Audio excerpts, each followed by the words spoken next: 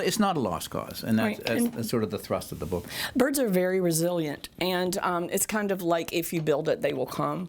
Obviously, habitat loss is the most important thing to recognize. Some of the researchers told us we're never going to get back to millions and millions of red-cockaded woodpeckers, for example, because the longleaf pine system across the southeast is gone.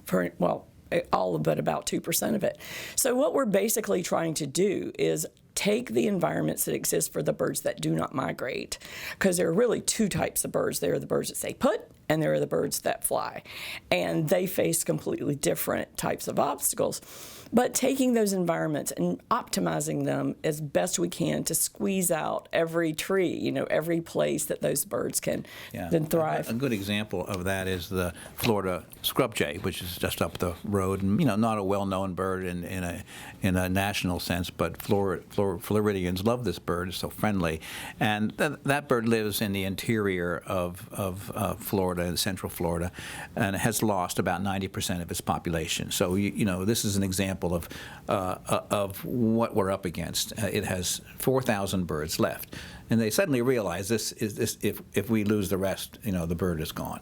So can we figure out, meaning we collectively, how to protect the remaining, in this case, scrubland, very arid, sandy soil that allows these birds to remain. So the challenge is how to preserve what remains and to try to rebuild slowly in a way that lets not just birds but all wildlife, and of course that affects people in a very direct way, which is part of the thrust of the book too.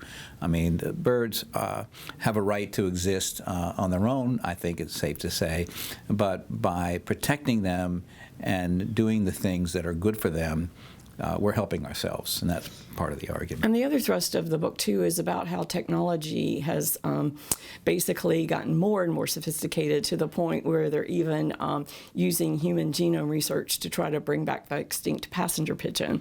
So we visited the frozen zoo in San Diego, where they've got all the genomic material for all of these animals and birds, and how they're hoping to be able to make birds more resilient by gene editing, and the ultimate goal is to bring back the passenger pigeon. Yeah. So your question back to climate change is, it's unknowable whether, when you look at the natural shifts that's occurring as part of climate, what long-term impact that's going to have on the species that are birds.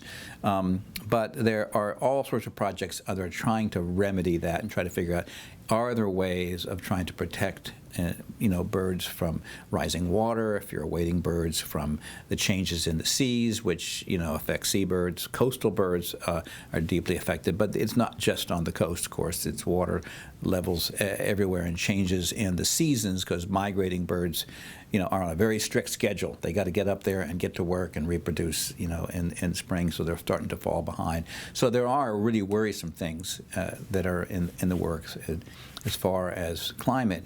But birds are resilient, and so they have lived through, cataclysmic changes on Earth, dating back almost 100 million years. So they've been able to adapt and change and shift better than almost any other species of life. So that's one of the things that we're watching.